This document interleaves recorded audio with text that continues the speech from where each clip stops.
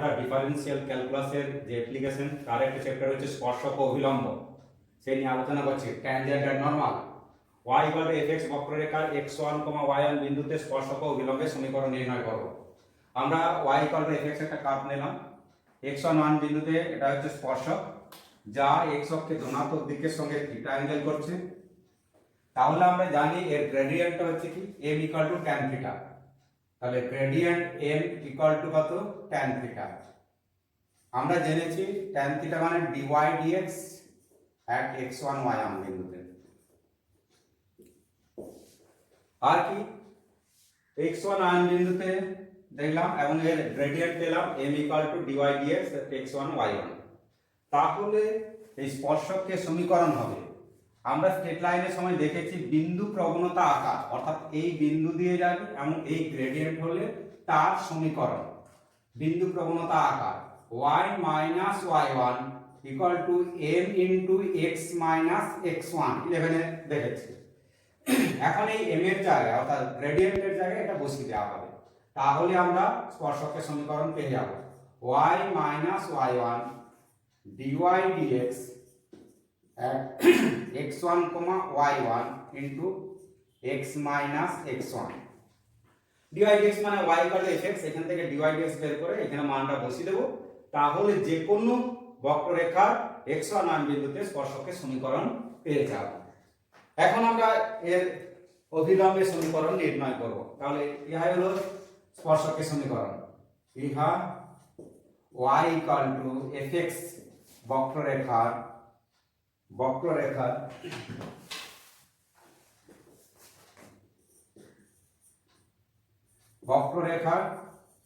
x1, y1 বিন্দুতে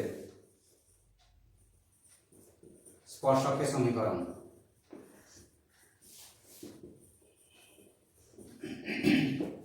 এখন আমরা x1 বিন্দুতে অভিলম্বের সমীকরণ জানি। আমরা জানি x1 বিন্দুতে অভিলম্বের সমীকরণ হবে স্পর্শকের উপর লম্ব। তাহলে এটা যদি লম্বটা না হয়,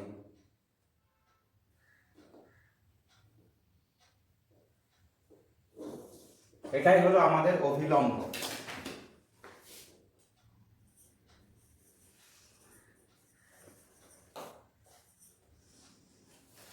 এটা হচ্ছে 90 ডিগ্রি। তাহলে এর গ্রেডিয়েন্ট ছিল m, এর গ্রেডিয়েন্ট যদি m1 হয় তাহলে আমরা জানি কি m into m1 সমান -1, m into m1 সমান -1 implies that m1 equal to -1 by m, R m মানে dy dx, তাহলে -1 by dy dx at x1, y1 বিন্দুতে। তার মানে এটাকে আমরা লিখতে পারি -dx dy at x1, y1 বিন্দুতে। তাহলে ওই বিন্দু প্রবণতা আকার অনুযায়ী অভিলম্বের সমীকরণ বিন্দু প্রবণতার মতো y minus y1 equal to m1 into x minus x1। m1 মানে এটা বসিয়ে দিচ্ছি মানটা, implies that y minus y1 minus dx dy at x1, y1 into x minus x1। ইহাই হলো y fx বক্ররেখার x1, y1 বিন্দুতে অভিলম্বের সমীকরণ। ইহা অভিলম্বের সমীকরণ।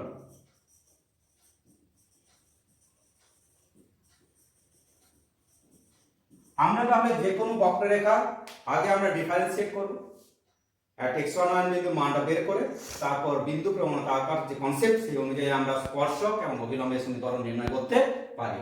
এরপর আছে বিভিন্ন বক্ররেখা কিভাবে স্পর্শক অভিলম্ব বের করা হয়। Example x² + y² = a²। বৃত্তের x1 y1 বিন্দুতে স্পর্শক ও অভিলম্বের সমীকরণ।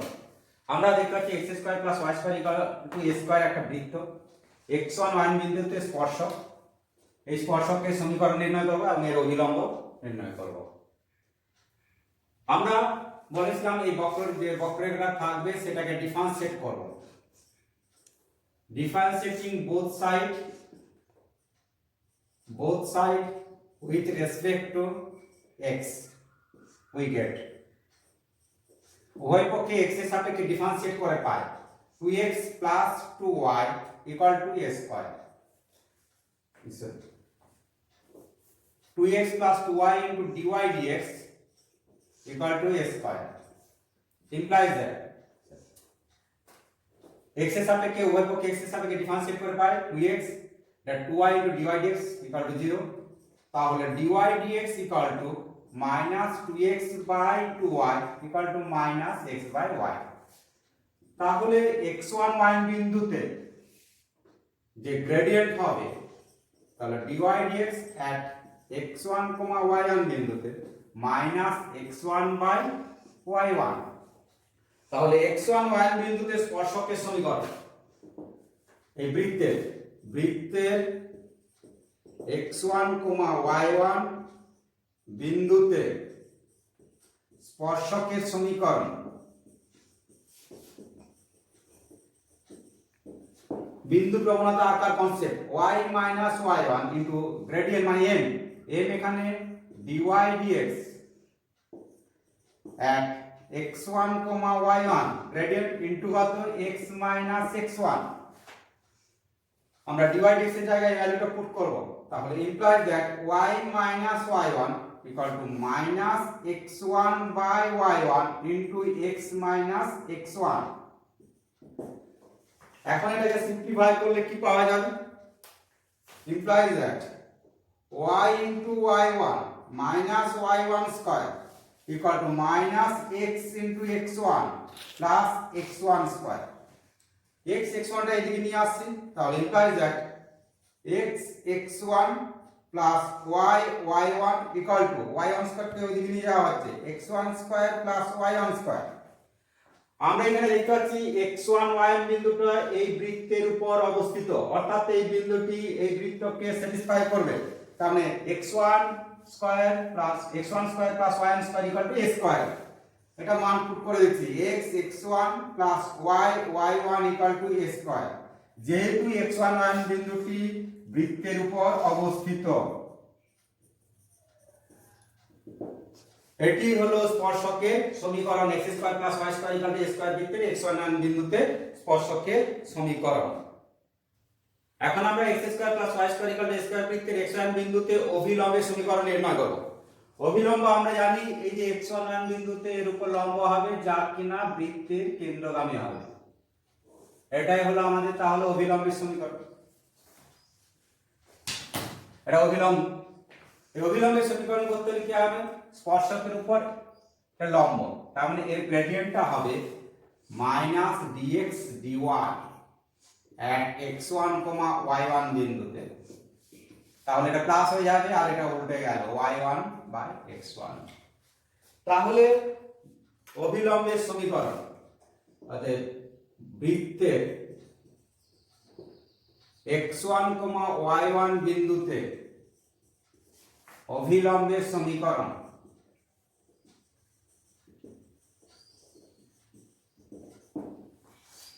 বিন্দু প্রবণতা আকার যেটা y minus y1 into gradient এটার গ্রেডিয়েন্ট কত minus dx dy at x1, y1 into x minus x1 প্রতিটি বক্ররেখার ক্ষেত্রে এই concept implies that y minus y1 এটা y1 by x1 into x minus x1 এখন এটাকে যদি গুণ করে দেওয়া হয় তাহলে y into x1 minus x1 y1 equal to x into y1 minus x1 y1 উভয় দিক থেকে x1 y1 ক্যান্সেল তাহলে আমরা কি পেলাম x y1 minus x y1 minus y x1 equal to 0 এটাই হলো x square plus y square equal to a square বৃত্তের x1 y1 বিন্দুতে অভিলম্বের সমীকরণ তাহলে ইহাই হলো অভিলম্বের সমীকরণ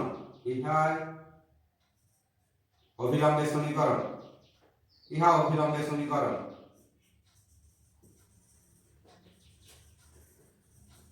আমরা এই একই কনসেপ্ট ভাবে আমরা বিভিন্ন বক্ররেখার অভিলম্ব স্পর্শক অভিলম্বের সমীকরণগুলো নির্ণয় করতে পারি সেই নির্ণয় করার জন্য একটা শর্ট ফর্ম আছে সে মনে রাখার জন্য সেটা বলছি আর নোট, প্রতিটি বক্ররেখার ক্ষেত্রে স্পর্শকের সমীকরণ নির্ণয় করতে হলে আমরা এখানে পরিবর্তে লিখলাম x স্কয়ারের পরিবর্তে আমরা বসাবো x x1, y স্কয়ারের পরিবর্তে বসানো হবে y y1, 2x এর পরিবর্তে বসানো হবে x x1, আর 2y যেখানে থাকবে তার পরিবর্তে বসানো হবে y y1, আর 2xy এর পরিবর্তে বসানো হবে x y1 y x1। এইভাবে আমরা স্পর্শকের সমীকরণ নির্ণয় করতে পারবো। তাহলে আমরা লিখতে পারি, যেমন 1 নম্বরে x1 y1 বিন্দুতে x square y square 2gx 2fy c 0 বৃত্তের স্পর্শকের সমীকরণ।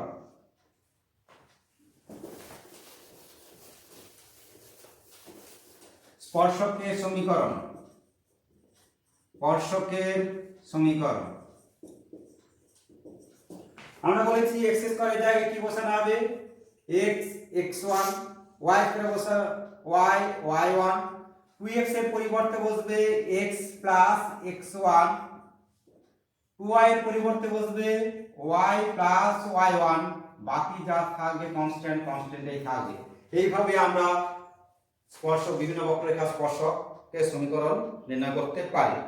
একই রকম x1 y1 বিন্দুতে y স্কয়ার 4ax অধিবৃত্তের স্পর্শকের সমীকরণ।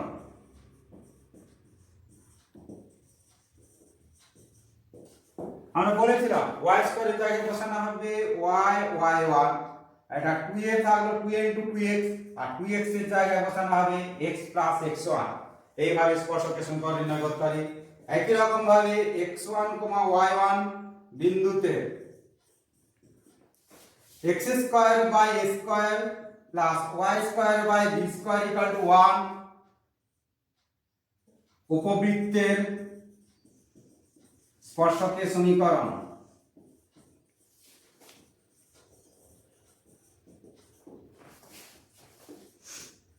x x1 a square y1 y1 b square 1। একই রকম ভাবে আমরা x1 y1 বিন্দুতে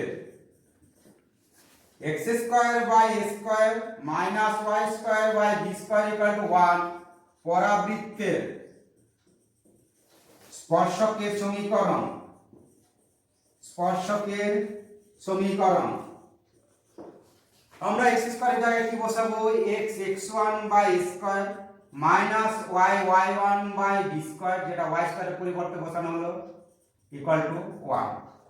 একই রকম ভাবে আমরা সমপরাবৃত্তের সমীকরণে নির্ণয় করতে পারি। একই রকম ভাবে x1 y1 বিন্দুতে xy c স্কয়ার সমপরাবৃত্তের স্পর্শকের সমীকরণ।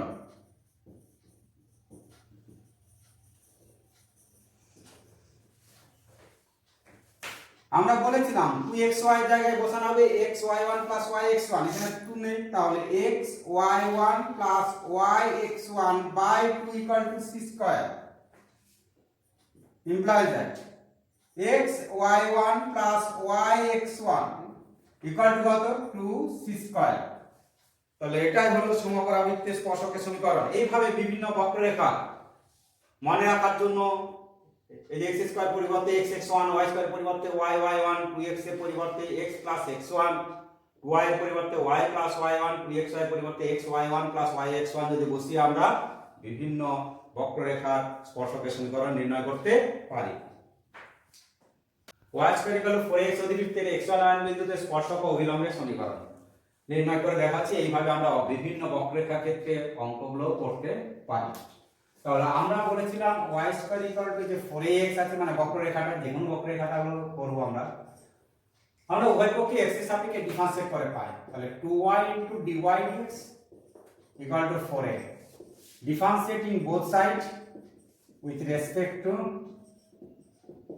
x we get তাহলে dy dx equal to কত, এটা 2a by y, আমরা x1 মান বিন্দুতে নির্ণয় করছি।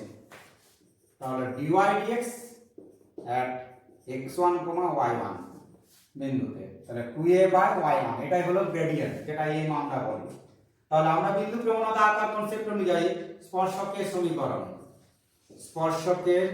সমীকরণ বিন্দু প্রবণতা আকার যেটা y y1 equal to m, এখানে m বলতে কি dy dx at x1, y1 into x minus x1, তাহলে y minus y1 এটা 2a by y1 into x minus x1, এটা যদি মাল্টিপ্লাই করি তাহলে y into y1 minus y1 square equal to 2ax minus 2ax1, যেহেতু x1 মান বিন্দুটি অধিবৃত্তের উপর অবস্থিত তাহলে y1 square equal to কত 4ax1, তাহলে এই y1 square এর জায়গায় মান বসিয়ে দেব y1 minus 4ax1 equal to 2ax minus 2ax1, implies that y1 equal to 2ax, এটা এদিকে নিয়ে গেলাম, প্লাস 2ax1, তাহলে স্পর্শকের সমীকরণ হলো y1 2a into x plus x1, আমরা যেটা বলেছিলাম y স্কয়ারের পরিবর্তে y1 বসবে আর 2x এর পরিবর্তে x plus x1 বসবে, সেই কনসেপ্ট অনুযায়ী আমরা স্পর্শকের সমীকরণ পেয়ে গেলাম। আর এইভাবে আমরা নির্ণয় করতে পারি। এরপর আসবো আমরা অভিলম্বের সমীকরণ। এখন আমরা আসি অভিলম্বের সমীকরণ। আমরা অভিলম্বের সমীকরণ জানি যে মাইনাস dx dy নির্ণয় করতে হয় at x1, y1 বিন্দুতে। তাহলে এটা dy dx ছিল, এটা dx dy, মাইনাসটা হচ্ছে y by 2a at x1 y1 বললে এটা x1। তাহলে বিন্দু প্রবণতা আকার অনুযায়ী অভিলম্বের সমীকরণ, তাহলে অভিলম্বের সমীকরণ x1 মান বিন্দুতে সমীকরণ, আমরা অভিলম্বের সমীকরণ পাবো y minus y1 equal to minus dx dy at x1, y1 বিন্দুতে into x minus x1, এটা আমরা অভিলম্বের সমীকরণ করব, এখানে মানটা পুট করে দেওয়া হচ্ছে। তাহলে implies that y minus y1 minus dx dy জায়গায় বলছে minus y1 by 2a into x minus x1, এখন এটাকে আমরা সিম্পলিফাই করব। এখন এটাকে মাল্টিপ্লাই করে দিলাম 2ay minus 2ay1 equal to minus xy1 plus x1y1, আমরা বাম দিকে নিয়ে এসে সিম্পলিফাই করছি। তাহলে ইমপ্লাইজ দ্যাট এটা এদিকে নিয়ে চলে আসলাম xy1 plus 2ay এদিকে নিয়ে গেলাম, তাহলে y1 কমন নিয়েছি 2a plus x1 into y1, এটাই হলো আমাদের অভিলম্বের সমীকরণ। x1 মান বিন্দুতে y square equal two 4ax অধিবৃত্তের অভিলম্বের সমীকরণ। এইভাবে আমরা যে কোনো সমীকরণের অভিলম্বের সমীকরণ নির্ণয় করতে পারি। y equal to mx plus c সরলরেখাটি x square plus y square equal to a square বৃত্তে স্পর্শক হওয়ার শর্তাংশ স্পর্শবিন্দু স্থানাঙ্ক নির্ণয়। আমরা কিভাবে করব, মনে করি বা ধরি y equal to mx plus c সরলরেখাটি x square plus y square equal to a square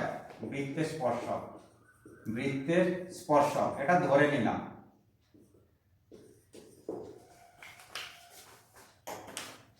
আবার এটাকে এক নম্বর সমীকরণ দিলাম না,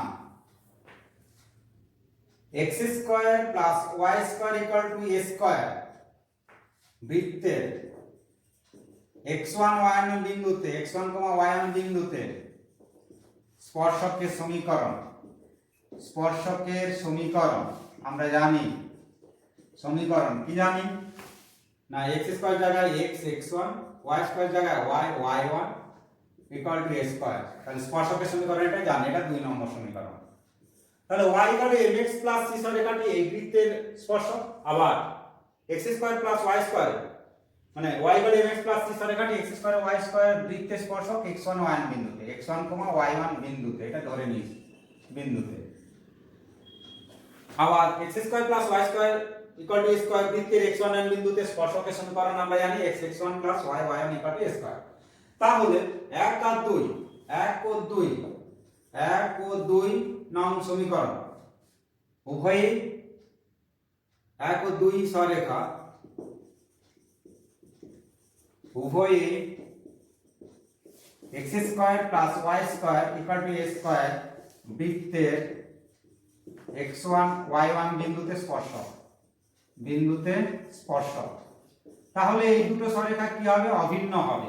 1 ও 2 অভিন্ন, অতএব 1 ও 2 অভিন্ন, একই সরেখা পাবো, অভিন্ন। তাহলে আমরা যদি তুলনা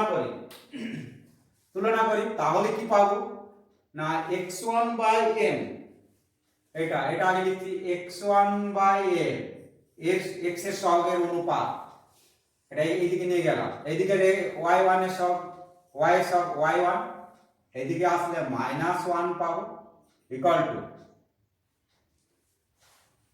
মাইনাস এটা কত হবে স্কয়ার বাই c। এই যে তুলনা করছি, এটাকে এই কনসেপ্টে লিখতে হবে, এই যে x x1 plus y y1 equal to a square বা minus a square equal to 0। একই রকম এটা m x minus y plus c equal to 0। তাহলে এই x এর সহগের অনুপাত কত? x1 by m, y1 by, এটা মাইনাস x1, এই যে মাইনাস, এটা এদিকে নিয়ে আসলাম, minus mx plus y minus c equal to 0। এখন এই দুটো যেহেতু অভিন্ন, তাহলে অনুপাত করে পাচ্ছি x এর সহগ এখানে x1, এখানে x এর সহগ মাইনাস m, এখানে y এর সহগ y1, এখানে y এর সহগ 1, এখানে ধ্রুবক পদ স্কয়ার, এখানেও ধ্রুবক পদ মাইনাস, এটা মাইনাস, দুটোই কেটে মাইনাস মাইনাস কেটে গেল, তাহলে অনুপাতগুলো সমান। অতএব x1 পাচ্ছি আমরা কত? Minus square m by c, আর y1 পাওয়া গেল স্কয়ার বাই c। তাহলে আমরা স্পর্শবিন্দুগুলো পেয়ে গেলাম। আবার x1 বিন্দুতে যেহেতু এই বৃত্তের অবস্থিত, আবার x1, y1 বিন্দুটি x square plus y square equal to a square এর উপর অবস্থিত,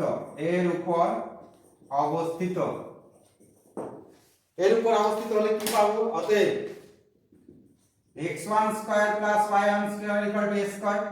তাহলে x1 মানে কি, এটা বসিয়ে দিচ্ছি, minus square m by c তার whole square plus square by c তার whole square equal to a square, implies that a to the power 4 m square plus a to the power 4 equal to a square c square। y দিক থেকে square বাদ, তাহলে a square m square plus a square equal to c square, এটাই আমাদের শর্ত। তাহলে c square equal to, অতএব c square equal to a square into m square plus 1।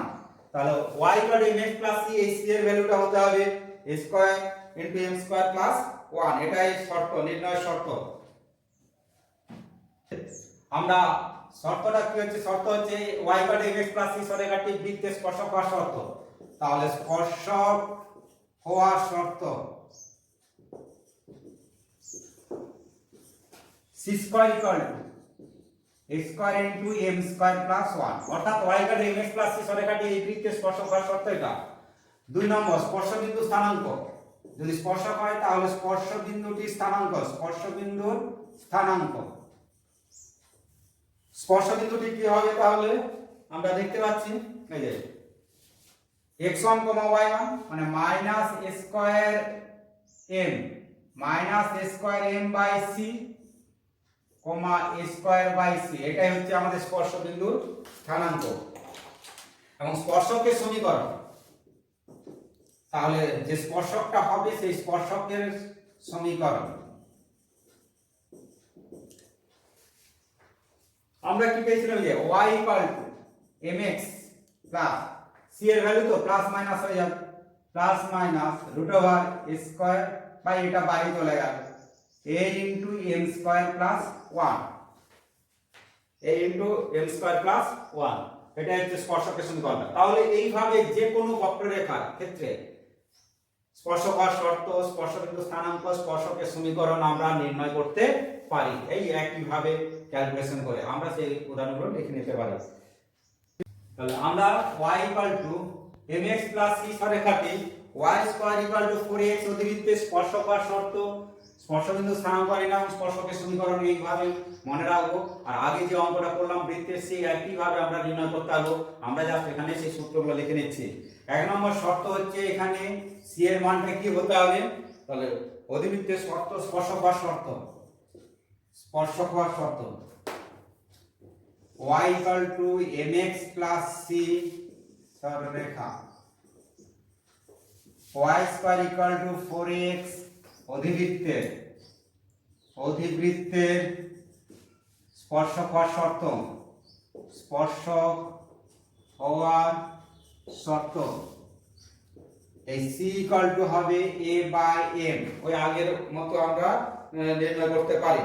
এবং স্পর্শবিন্দু স্থানাঙ্ক, স্পর্শবিন্দুর স্থানাঙ্ক হবে যে x1, y1 এটা হবে c by m, 2a by m এবং স্পর্শকের সমীকরণ হবে 3 নম্বরে, স্পর্শকটি যেটা হবে সেটা সমীকরণ, স্পর্শকের সমীকরণ y mx c এর জায়গায় কত a বাই m বসিয়ে দেব। এইভাবে বিভিন্ন বক্ররেখার আমরা সমীকরণ নির্ণয় করতে পারি। একই রকম y mx সরেখাটি এটা উপবৃত্তে যদি হয় x square by square plus y square by b square 1, এটা 1 উপবৃত্তের স্পর্শকের স্পর্শকার শর্ত এবং স্পর্শবিন্দুর সমীকরণ। একই রকম ভাবে আমরা যে আগের গুলো করেছি সেইভাবে করতে পারবো। এত তাহলে এই সরেখা x square by square plus y square by b square 1 উপবৃত্তের স্পর্শক হওয়ার শর্ত, স্পর্শক হওয়ার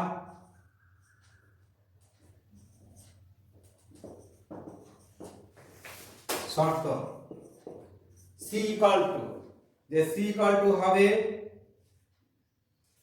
a square m square plus b square, a square m square plus b square, c square a square m square plus b square, এটাই শর্ত। 2 নম্বর যে স্পর্শবিন্দুর স্থানাঙ্ক হবে, স্পর্শবিন্দুর স্থানাঙ্ক, স্পর্শবিন্দুর স্থানাঙ্ক minus a square m by c minus a square m by c b square by c,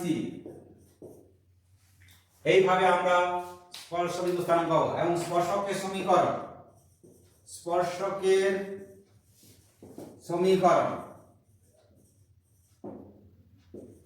এই y mx x এর জায়গায় বসানো হবে mx plus minus root over a square m square plus b square.